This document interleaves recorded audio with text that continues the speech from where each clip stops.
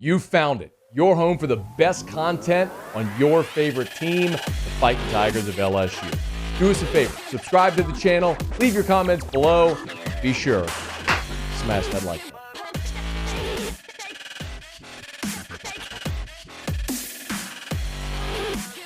Jay, thanks for the time, man. How are you? I'm doing well. I guess I should lead off by saying everyone, when Harold Perkins announced five-star linebacker, number one linebacker in the country, that he was coming to LSU, LSU fans went wild, and then my mentions and my board and my text message all blew up and said, none of that matters. Is he actually signed? That's what matters. And LSU just moments ago announced that Harold Perkins' national letter of intent is in, and he is through compliance and officially a Tiger. That is fantastic news. And that's actually a phenomenal point. And good on everyone on your board who pointed that out, because it is so true. Until that letter is in, it really doesn't matter formally. Look, that's as good a place as any to start with Harold Perkins. Shea, as best you can, recap this recruitment, and then we'll get to what he's going to mean for this team on the field come 2022. Well, recruiting-wise, this is wild. This was one where everybody said no one will be able to project what Harold Perkins is going to do. That he could end up at any school. There was buzz in the middle of January that Deion Sanders and Jackson State were going to try to make him their big splash of the second signing day. So everyone went into these final couple of weeks being like, oh, man, he could go anywhere. And then especially when he decommits from A&M, everyone said, okay, this one's wide open again. But I went into signing day today, strangely enough, feeling best about LSU's chances with Harold Perkins. And sure enough, there's no drama to it. He gets on the announcement. He picks up the A&M hat, says, no, puts on LSU, and not 30, 40, an hour later, he signed and through compliance. So that was a huge one. And boy, look, for as long as I can remember in this cycle, back when he was a freshman, sophomore, when he got offered, he's been one of the biggest guys that they've wanted to get into this class. He's a New Orleans native. He's in the Houston area, which is massive. He was being recruited by every school in the country. And if you put into the perspective of just how big of a prospect that is, Matt, a top 5 prospect like him, they've signed 4 in the past 10 years. Fournette, Stingley, Eric Gilbert, and Al Perkins. Obviously, Gilbert didn't work out for you, but you understand the kind of company he's in when you're ranked that high. So he steps foot on campus and goes into a linebacker room that is short on depth, that lost their most productive player in Damone Clark. You obviously get a senior back in Micah Baskerville. You get a guy back in Mike Jones, who's played a lot of football at a couple big schools, and you hope he can move into some starting reps. But, boy, it's going to be tough to keep Harold Perkins off the field, and whether that means some special teams play and some backup linebacker or working his way into a starting job, we'll see. But that was a huge addition. And you know what? And I'll say this. And Brian Kelly has caught a lot of slack for all of his dancing videos and everything that we've seen on, Twitter, or what kids put out after the visits, and, the national media or other fan bases are having a lot of fun with it, right? Well, Harold Perkins came out and said, look, I thought that Brian Kelly, everything I knew about him was that, what was his quote, dull, dry? Yeah. So that's who I thought he was. And I got to that visit, and he completely changed my mind. And Harold's mom had said in quotes this week on 24/7, she said, we went over there not knowing Brian Kelly, and I had one vision of him in my mind, and I left there and said, that was the only coach I've ever seen that goes over to the photo shoots and poses with the kids and will get on the spinning platform and do all this stuff. And is it corny? Yes. Are we all 35 and older? Yes. Do the 18 and 17-year-olds think it's cool? Yes. So whose opinion really matters here? And I would think it's the opinion of the 5-star Harold Perkins, who says, I thought it was great. And in fact, it helped me feel more at ease that he was a player's coach and that he was different than I thought he was. And look, he praised Matt House, who took time, the defensive coordinator, away from prepping with Kansas City for that Bengals game, to talk to him on Zoom for a bit and explain everything. And he said he laid it out really well. So they'll have their misses, right? And look, we're in the NIL era. We can talk about that here in a bit, but that one's huge because every school in the country wishes they, had offered Harold Perkins, and there were only a handful of schools that had him at the end, and he was committed to A&M, but all that matters is where he signed, and we can say officially now he is signed with LSU. He's Shea Dixon on Twitter, at Shea Dixon. So Harold Perkins and Jacoby Matthews were the two big ones coming into today. And Jacoby has one that has been a bit of a yo-yo over the last 18 hours or so. It seems, Shea, like this is an A&M done deal as of earlier today. I've mentioned a bit ago, I think LSU's business community is trying to make one more push.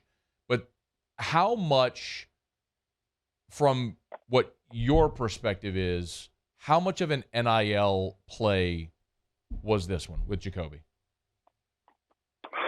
I mean, I think it's a factor, and that's just the reality of the world we're living in right now, the recruiting world we're living in. And this is fresh for everyone, not fans who are, just fans who are following it, or people like you and I are in the media or kind of track recruiting. This is new for the coaches, and they're having to do a lot of conversations where, again, schools can't be directly involved in this, but players are going to bring it up. Parents are going to bring it up. So you're having to kind of maneuver and do a lot of things that you weren't used to doing, in a recruiting cycle. And for LSU, it's a whole staff that's been here a month, on the recruiting trail. It was put together in December and dead period. And then in January, you're allowed to go out on the road and recruit. So this was only a few weeks of in-home visits, a few weekends of official visits. So you don't know these kids as well as you'd like to, probably, or, as typically you would if you've been recruiting them 2+ years. And that makes these final days nervous moments, because you're not only wondering, hey, how do I close them, but how big of an impact is NIL? What do we need to do there? How do we get, from point A to point B with this recruit? And is it the same with the next guy and the next guy? And obviously every case will be different. So I think it's going to be a real learning curve for a lot of schools to figure out, how do we balance it? What direction do we want to go? How heavy into the NIL are we going to be?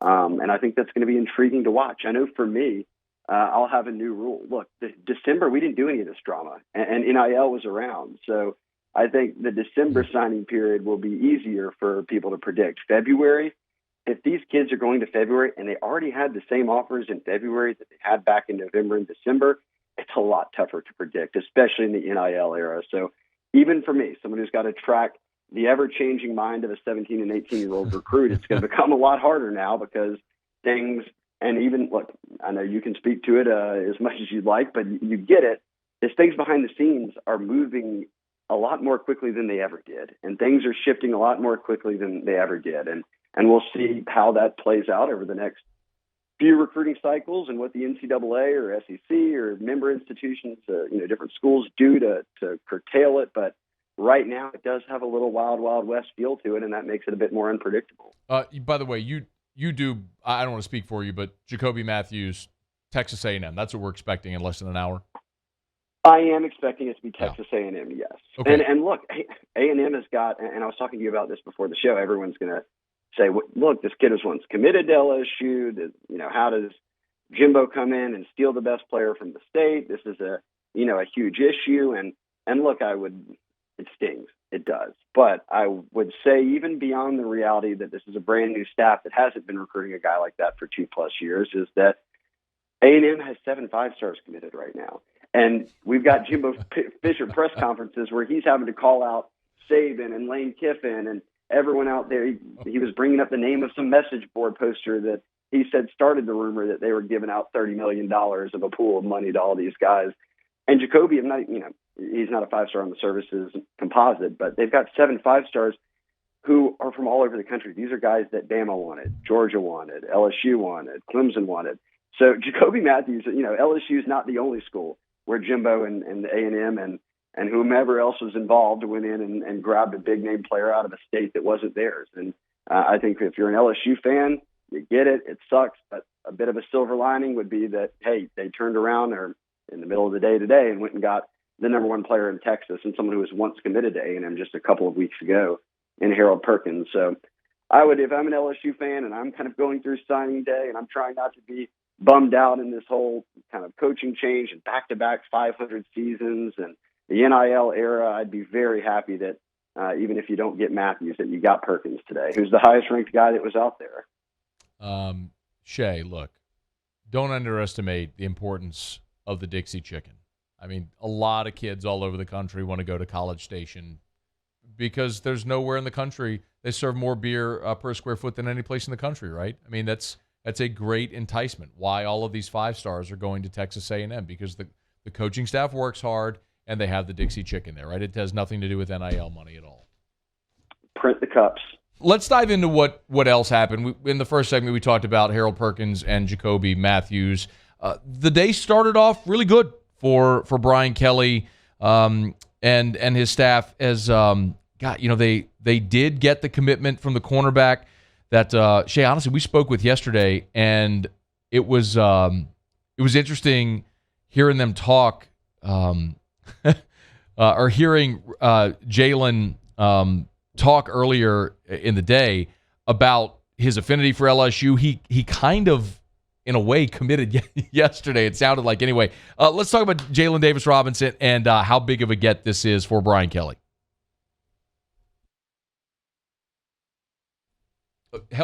Help me out there, Muse. Sorry, Shea. Go ahead. Go ahead. Sorry. I got you now. Yeah. No, he had a really good interview with you guys yesterday. And yes, I said that February signing day kids who had the same offers they had in December are the ones that'll be toughest to predict. He wasn't that case, right? I mean, he blew up as a senior. He started stacking up some bigger offers in January. He had been out to Oregon. And then LSU went on him, really just a little over a week before signing day, made the offer, and then went and had an in-home visit, and then brought him and his parents in for an official visit. And he was all but sold. And look, this is a guy, one, when you think about cornerback, they have two guys coming back that were on scholarship this past year, Demarius McGee and Ray Darius Jones. Neither of those guys have ever been starters for you. You signed LaTerrence Welsh in December, and then you took a couple transfers in Converse out of Oklahoma State and Garner out of UL. So the transfers certainly help you out, right, in the short term. But they still wanted to build some depth for the future at corner, some guy that could develop. And I think Davis-Robinson sort of fell right into their lap with that. He was still out there. They evaluated him, and they went ahead and made the offer. And he's a guy with legit SEC speed. I mean, he's got a PR of, I think he's got like a 10.5, 10.6, 100-meter, really impressive 200-meter time. Those were his juniors. So we'll see how he runs in outdoors this spring as a senior. But no doubt, legit track guy. You love that at the cornerback spot, a guy who certainly, as you heard it on the show yesterday, is pumped to have the offer to be a part of the program. And I think that you need a bit of that, right, in the age of the transfer portal. And I always say focus on Louisiana guys because they're less likely to leave.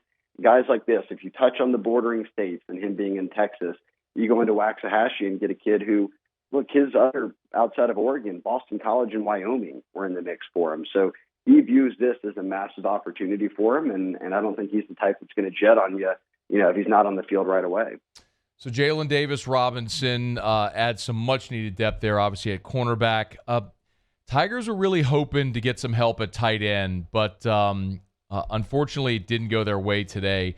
I'm curious on this one, Shea, and I can't help but think that Danny Lewis out of Westgate, that this is another, as I was told, well, hell, I said it on air earlier, that this was an NIL inducement. He got nothing up front from LSU, and Alabama gave him $25K. What type of prospect is Danny Lewis? How big of a deal is this for LSU to not keep him in state? Well, I mean, he had a big senior year at Westgate and was the 4A MVP of that state championship game, Westgate's first state title ever. So he had a real late riser, right? I mean, Bama, LSU, and Florida had all offered him in January and all squeezed visits into those final 2 weeks. So he really came into the picture for LSU here at the very end. I think it stings more like, is he going to start immediately at Bama or LSU, wherever? I don't think that would be the expectation, but LSU has one tight end coming back, Cole Taylor, on scholarship. You don't want Jack Besh to be a tight end. You want him to be a receiver. You've got Jack Mashburn, a walk-on guy, who was really your number one tight end through the back half of the season. And they signed one tight end, Mason Taylor, Jason Taylor's son, in December out of Florida. But that puts you with two tight ends on scholarship. Like, yes, Danny Lewis is a 3-star, but that was a position they really needed. I think that's one that really stung, that they were hoping they could get done and keep him in state. And I've made the comment before, it's the reality of it. We don't see Acadiana kids leave that are offered and recruited by LSU. Now, granted, LSU comes in January, so it's not like they've been on him all along. But the point remains, not a lot of kids from that area have ever really left the state, certainly not at any high clip. So you hope this is just sort of a one, in a blue moon type departure for you, because they've been pretty good at locking up the Lafayette and surrounding areas. And certainly with a new staff in place and a year now to recruit moving forward into 2023, things might be different. But I think that one stings. And he's going to Bama, meaning you're going to have to play him.